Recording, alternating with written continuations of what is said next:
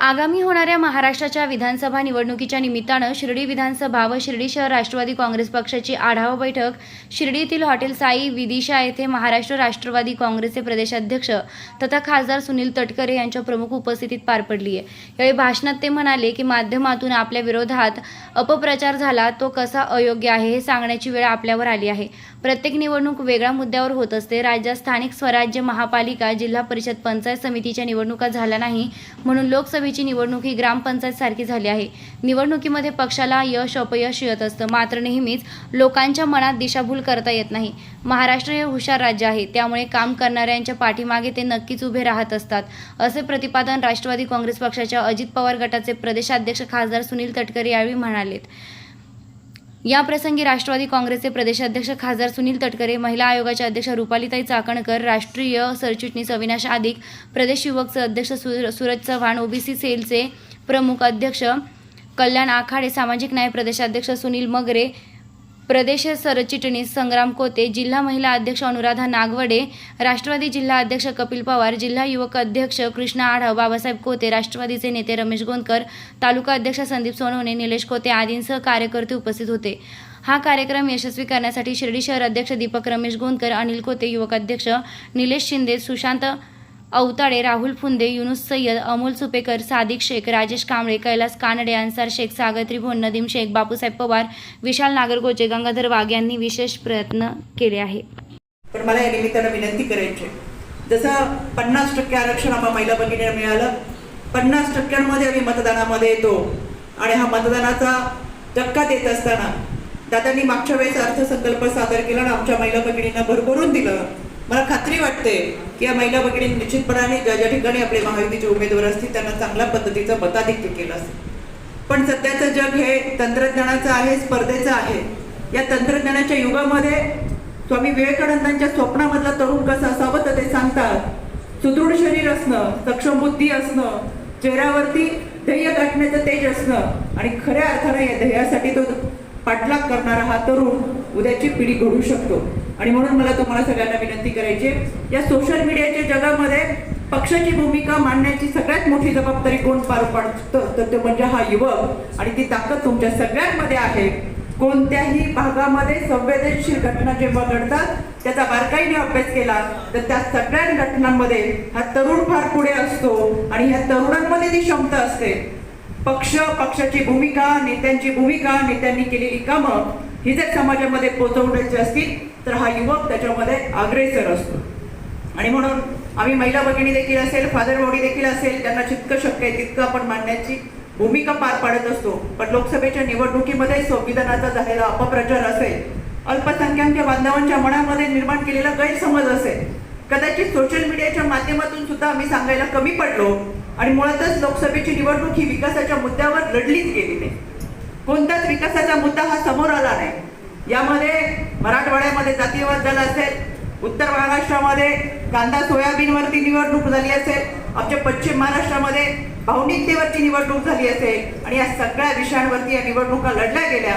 पण आमचा हा तरुण जर खऱ्या अर्थानं सोशल मीडियाच्या माध्यमातून लोकांमध्ये जाऊन उतरून त्यांनी पक्षाची भूमिका मांडली असती तर अजूनही आपल्याला चांगल्या पद्धतीचं यश मिळालं असतं। आणि म्हणून मला विनंती करायची आहे की लोकसभेमध्ये ज्या काही चुका झाल्या त्या भरून काढत आपण येणाऱ्या विधानसभेच्या निवडणुकीला सामोरं जात असताना आदरणीय साहेब आपण ही जबाबदारी आणि मान्य करावं लागेल। ज्या पद्धतीने विरोधक आपल्याला ट्रोल करतात किंवा ज्या पद्धतीने नाही, ज्या गोष्टी आपल्याकडे नाही किंवा आपण म्हणलेलो सुद्धा नाही, जी आपली भूमिका सुद्धा नाही, अशा आपल्यावरती त्या लादण्याचा प्रयत्न या सोशल मीडियाच्या माध्यमातून केला जातो। पण त्याचं विश्लेषण करत असताना त्या सगळ्या गोष्टी लोकांमध्ये जाऊन त्यांचा गैरसमज काढण्यासाठी सोशल मीडियाच्या माध्यमातून आपण कुठेतरी कमी पडत असेल। पण या सगळ्या युवकांना जर बरोबर घेऊन आपण चांगल्या पद्धतीची यंत्रणा महाराष्ट्रात जर उभी केली, वन बोलते न्यूजची संकल्पना ही अतिशय चांगल्या पद्धतीची आहे, पण ती खऱ्या अर्थानं तळागाळापर्यंत रुजवण्यासाठी आता 1 वर्षाचा कालावधी निघून गेला। येणाऱ्या विधानसभेच्या निवडणुकीमध्ये केवळ 2.5 महिनेच आपल्या हातामध्ये आहेत। त्यानंतर आचारसंहिता सुरू होईल आणि पुन्हा एकदा मागे झालेल्या चुका पुढे होतात का काही मनामध्ये धास्ती राहील। म्हणून या निमित्तानं विनंती करायची की सोशल मीडिया ही टीम देखील प्रभावीपणे असावी। यामध्ये प्रवक्ता आणि वक्ता यांच्या माध्यमातून आपली भूमिका ती संविधानाच्या बाबत असेल किंवा अल्पसंख्याक दलित आदिवासी समाजाबद्दलची भूमिका असेल ही आपल्याला प्रकर्षाने येणाऱ्या निवडणुकीमध्ये मांडावी लागेल आणि ते काम हे युवकांच्या माध्यमातून जर झालं तर निश्चितपणाने लोकसभेची हानी आपण विधानसभेला भरून काढील ही खात्री मला मनापासून वाटते. अतिशय कमी कालावधीमध्ये आपण मोठ्या संख्येने या ठिकाणी उपस्थित राहिलात. मी आपल्या सगळ्यांचे मनापासून आभार व्यक्त करते आणि पुन्हा एकदा सळसळत्या रक्ताचा कार्यकर्ता जर कोण असेल तर संपूर्ण संघटनेमध्ये तो युवक असतो जो रस्त्यावर बसून आंदोलन करून खऱ्या अर्थाने न्यायाची आणि सामाजिक बाजू मांडण्याचा प्रयत्न करतो. ते सळसळतं रक्त तुमच्या सगळ्यांमध्ये आहे, त्याला प्रेरणा तर जरूर मिळेल, पण खऱ्या अर्थानं दादांसोबत उभे राहत असताना ही ती वेळ आहे ज्यामध्ये आपण मोठ्या संख्येने सहभागी होतात ही मला मनापासून खात्री वाटते. धन्यवाद. आगामी येणाऱ्या विधानसभा निवडणुकीच्या निमित्ताने आढावा घ्यावा या पार्श्वभूमीवरती आज राहता शिर्डी येथील अचानक झालेल्या बैठकीला या ठिकाणी उपस्थित असलेले राष्ट्रीय सचिव कपिलाजी यादी, रुपालीताई चाकणकर, या ठिकाणी उपस्थित असलेले बाबासाहेब कुटे, संग्रामजी जगताप, सूरज चव्हाण, सुनील मगरे, कल्याणराव आखाडे, संग्राम खोते, कपिल पवार, राजेंद्रजी नागवडे, अनुराधाई नागवडे, दीपक गोंदकर, रुपेश गोंदकर, शिवाजी गोंदकर, शिवाजी गोते, संदीपजी सोनवणे, अनिल शेळके, निलेश शिंदे, विशाल भांडगे आणि काही कोणाची नावं घ्यायची असेल तर मी त्या ठिकाणी दिलगिरी व्यक्त करतो. कृष्ण आढाव, सर्व सन्मान्य व्यासपीठ आणि अतिशय कमी कालावधीमध्ये उपस्थित असलेले माझे सर्वच राष्ट्रवादी काँग्रेस पक्षाचे कार्यकर्ते, बंधू भगिनी आणि सहकारी मित्रांनो, राज्यव्यापी दौऱ्याची सुरुवात नगरच्या परिसरापासून आम्हाला करतात आणि जगभरातले साई भक्त ज्या ठिकाणी नतमस्तक होण्यासाठी या ठिकाणी येतात त्या श्री साईच्या चरणी नतमस्तक होत आगामी येणाऱ्या निवडणुकीच्या मध्ये राष्ट्रवादी काँग्रेस पक्षाला भव्य दिव्य यश मिळावं, महायुती पुन्हा एकदा राज्याच्या सत्तेवरती या ठिकाणी यावी अशा पैकी साखर श्री साईच्या चरणी या ठिकाणी काल संध्याकाळी आजची बैठक या ठिकाणी ठरली गेली. कोपरगावला नियोजित कार्यक्रम होता, परंतु काही कारणांच्यामुळे कोपरगावचा कार्यक्रम त्या ठिकाणी रद्द झाला आणि माझ्या शिर्डीतील सर्वच कार्यकर्त्यांनी मेहनत घेत केवळ काही तासांच्या अवधीमध्येच आपल्याला सर्वांना या ठिकाणी निमंत्रित केलं आणि आपण आलात. आपण खूप चांगल्या संख्येने आलात, त्याच्याबद्दल सुरुवातीलाच आपले मी मनापासून या ठिकाणी अभिनंदन करतो. बाबासाहेब पक्षाच्या संघटनेचा आढावा असल्यामुळे स्वाभाविकपणाने पक्षाच्या नियुक्त्या वेगवेगळ्या स्तरावरती करणं आपल्या सर्वांचं कर्तव्य ठरतं. जिल्हाध्यक्षपदाची जबाबदारी कपिल आणि तुमच्यावरती सोपवली. स्वाभाविकप्रमाणे जिल्ह्याची कार्यकारिणी, जिल्ह्याचे वेगवेगळे फ्रंटरचे 50% लोकसंख्या असलेल्या महिला भगिनींचं नेतृत्व आणि मग जे काही विविध आपले सेल आहेत त्या सेलच्या नियुक्त्या करणं हे संघटनेच्या दृष्टीकोनातून अत्यंत महत्त्वाचं त्या ठिकाणी ठरत असतं. आपण अनेक वेळा म्हणत असतो की 50% महिलांची लोकसंख्या मतदानाच्या मध्ये सुद्धा त्या ठिकाणी असते. पक्षाचं संघटन सुद्धा महिलांचा अतिशय उत्तम असेल त्याचा फायदा सुद्धा पक्षाला मोठ्या प्रमाणात त्या ठिकाणी होत असतो. रुपालीताई आपण या ठिकाणी आहात, आपल्याने राज्य संघटनेचा खूप मोठ्या प्रमाणावर अनुभव त्या ठिकाणी आहे. अनुराधाताईंच्या वरती जबाबदारी स्वाभाविकपणाने तिकडच्या आहे, त्या दक्षिण राजगडमधलं ते पाटील तिथे कोण असेल तर तेही बघितलं जाईल. पण या जिल्ह्यामधलं सुद्धा अभिनेत्री महिलांची जबाबदारी लवकरात लवकर सोपवली गेली पाहिजे. सदरकाळी असलेल्या संघटनेच्या दृष्टीकोनातून पक्षाचं संघटन एका बाजूला प्रयत्न करेलच, पण पक्षाचं संघटन राज्य पातळीवरती असताना ते जिल्हा स्तरावरती किती आहे, तालुका स्तरावरती किती आहे, शिर्डीसारख्या नगरपंचायत असलेल्या त्या शहरामध्ये किती आहे, याच्यावरती पक्षाच्या भवितव्याची पुढची वाटचाल त्या ठिकाणी असल्यामुळे या साऱ्या गोष्टीकडे गांभीर्याने बघण्याची आवश्यकता खूप मोठ्या प्रमाणात आहे. या जिल्ह्यामध्ये सुद्धा 2 विद्यमान सदस्य विधानसभेचे आपल्यासोबत आहेत. आशुतोष काळे कोपरगावचं नेतृत्व करतात, अकोल्याचं डॉक्टर किरण आमटे त्या ठिकाणी नेतृत्व करतात. काल आम्ही श्रीरामपूरला त्या ठिकाणी गेलो, बल्कि अधिक साहेबांच्या परिसरामध्ये गेले अनेक वर्षामध्ये कधी जाता आलं नव्हतं, तिथेही गेलो आणि तिथेही पाहिलं की या सगळ्या जणात पडझडीमध्ये निवडणुकीच्या निकालामध्ये काही विधानसभा मतदारसंघामध्ये महायुतीच्या उमेदवारांना चांगल्या पद्धतीची आघाडी त्या ठिकाणी मी आज ना उद्या ज्यावेळेला महायुतीच्या जागा वाटपाच्या संदर्भामध्ये आम्ही बसू त्याला नगर जिल्हा हा सुद्धा काँग्रेसी विचाराचा एक त्यांचा बालेकिल्ला आहे. याच्यामध्ये अजितदादांसारख्या तरुण नेतृत्वाचा सुद्धा निश्चितपणे त्या ठिकाणी एक पाठबळ मोठ्या प्रमाणावरती मिळू शकतं. पण त्यांच्या नेतृत्वाला पाठबळ मिळेल एवढं शाब्दिक अर्थाने बोलून तुम्हाला थांबता येणार नाही. कार्यकर्ते म्हणून संघटना म्हणून आम्ही लोकांच्या पर्यंत किती पोचतो आहोत त्याच्यावरती त्याच्यावरती गोष्ट अवलंबून राहू शकते. बाबासाहेब तुम्ही म्हणाला की आम्ही 15 दिवसामध्ये करतो. तुमच्यासारखा ज्येष्ठ नेता म्हटला म्हणून मी 15 दिवस हो म्हणतो, पण 16 दिवशी वाट बघणार नाही. मी सगळ्यांना आज या ठिकाणी सांगतो की 15 दिवस म्हणजे 15 दिवस कपेच पोचून सगळ्यांना ते लागू नक्कीच आहे. ते जे म्हणून राज्य पातळीवरचे पदाधिकारी असतील त्यांच्या सहित आहे आणि राष्ट्रीय पातळीवरची सुद्धा असतील पदाधिकारी त्यांना सुद्धा आपली जबाबदारी आपल्या होम डिस्ट्रिक्टची नाकारता येऊ शकणार नाही. मूल्यमापन इथपासून ते गल्लीपासून ते दिल्लीपर्यंत आपात पाप नाही होणार अभिनाची. त्याच्यामुळे ताकद देण्यामध्ये कमतरता राहणार नाही, पण दिलेल्या ताकदीची उपयुक्तता घेऊन काय पद्धतीने संघटना उभा करण्यासाठी आपण झोपून देऊन काम करतो याचा कधी ना कधी साखळ्याने विचार करण्याची वेळ आपल्यावरती आली. मी सांगितलं की मला सुद्धा संधी होती किंवा मी आग्रह धरला असता तर होऊ शकलं असतं, पण माझ्या दृष्टिकोनातून केंद्रीय मंत्री पदापेक्षा राष्ट्रवादी काँग्रेस पक्षाची संघटना मजबूत करून विधानसभेच्या एका ताकदीने आपण मिळवलं. आपल्या नेतृत्वाची ताकद ही आपण राजकारणाच्या माध्यमातून त्या ठिकाणी दाखवू शकलो. आज आपण काय पाहतो लोकसभेच्या निवडणुकीमध्ये सुद्धा सर्वाधिक टार्गेट पंतप्रधान महोदयांच्या नंतर या राज्यामध्ये कोणाला काढण्यामध्ये आला अविनाशी अजितदादाला. रुपाली आता निवडणुकीचे निकाल लागले तरी सुद्धा अजितदादांच्या भोवती महाराष्ट्र फिरतोय. राष्ट्रवादी काँग्रेस पक्षाच्या भोवती महाराष्ट्र त्या ठिकाणी फिरतोय. काल दिवसभर बातम्या त्या चालल्या आहेत की राष्ट्रवादी काँग्रेस पक्षाच्या आमदारांच्या मतदारसंघामध्ये मताधिक्य महायुतीला मिळालं, कमी मिळालं. आता विश्लेषण करायचं ठरलं तर अनेक ठिकाणी करता येऊ शकते, पण आपल्याला महायुती म्हणून काम करायचं. ठीक आहे, हे सुद्धा कोण करतंय हे विचारी कार्यकर्त्यांनी समजून घेणं आवश्यक आहे.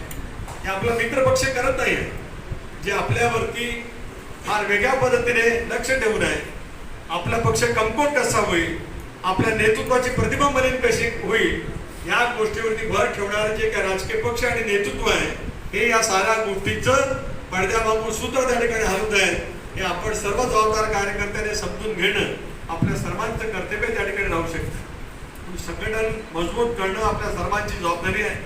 शेवटी कार्यकर्ता जो काम करत असतो गावल्याबरोबर मगाशी उल्लेख केला मला छोटं संग्राम या ठिकाणी माझ्या राजकीय जीवनाची सुरुवात बरोबर 40-41 वर्षापूर्वी तालुका काँग्रेसचा सरचिटणीस म्हणून झाली. त्याला इंडियन नॅशनल काँग्रेस इंदिरा गांधींच्या हत्येच्या नंतर राजीव गांधीच्या नेतृत्वाखालच्या काँग्रेस पक्षाला जे अभूतपूर्व यश मिळालं. स्वर्गीय वसंतराव दादा पाटील तेव्हा राज्याचे मुख्यमंत्री त्या ठिकाणी होते. त्यावेळेला मला संघटनेमध्ये काम करायची संधी मिळाली. त्यावेळी संघटनेमध्ये काम करणाऱ्या कार्यकर्त्याच्या राज्याच्या नेतृत्वापासून अपेक्षा काय असतात, मंत्रिमंडळामध्ये नेतृत्व करणाऱ्या पक्षाच्या सहकार्यापासून काय अपेक्षा असतात, मी स्वतःच त्या भूमिकेतून गेला असल्यामुळे मला त्याची जाणीव आहे. मी आपल्याला आश्वस्त करतो की आघाडीच्या राजकारणाची अपरिवर्त लक्षामध्ये घेतात सर्वच ठिकाणी पक्षाचा उमेदवार विधानसभेला मिळेल असं आपल्याला मानता येणार नाही. ज्या ठिकाणी उमेदवार मिळणार नाही त्या ठिकाणच्या कार्यकर्त्याला वाऱ्यावरती न सोडता त्यांना ताकद देण्याचं काम सुद्धा प्रदेशाध्यक्ष हा विश्वास सुद्धा या ठिकाणी देऊ शकतो. शेवटी त्याला विपरीत असलेल्या जनमानसामध्ये त्याचं स्थान उंचावत असेल राज्य सरकारच्या विविध योजना त्याच्या मार्फत जनतेपर्यंत जर का आपण पोहोचवल्या कार्यकर्त्याचा सन्मान वाढतो, त्याचा आत्मविश्वास वाढतो, जनतेची बांधिलकी त्याच्या अधिक चांगल्यापैकी निर्माण होऊ शकते. व्हिजिटिंग कार्ड छापण्यापुरता पदाधिकारी असता कामा नये, ते छापलेही जावं, पण त्याच्या मार्फत पक्षवाढीचं काम आपल्या सर्वांच्या हातून कशामध्ये होऊ शकेल याच गोष्टीवरती लक्ष केंद्रित करण्याचा प्रयत्न आपल्याला पुढच्या कालावधीमध्ये नक्कीच त्या ठिकाणी करायचा आहे. नगर जिल्ह्याच्याकडे अहिल्यानगर जिल्ह्याकडे आम्ही सगळेजण याच अपेक्षेने या ठिकाणी बघतो आहोत. कारण या सगळ्या परिसरामध्ये सुद्धा विचारी आहे, वेगवेगळ्या चळवळीचे उगमस्थानी आहे, कृषी क्षेत्राच्या वतीमध्ये आत्मीयता आणि आस्था सगळ्या परिसरामध्ये आहे. ते राजकारणाच्या बद्दलची सुद्धा छान आणि जाणकार विचार सुद्धा या सगळ्या परिसरामध्ये आहे. अशा वेळेला अजित पर्व या नावाने सर्व महाराष्ट्रामध्ये आपण संघटन उभं करण्याचं काम करतो. त्याला बळकटी याच्याकडून आपल्या सर्वांनाच अधिक कसे प्रयत्न करता येऊ शकतील हेच अतिशय महत्त्वाचं त्या ठिकाणी ठरू शकतंय.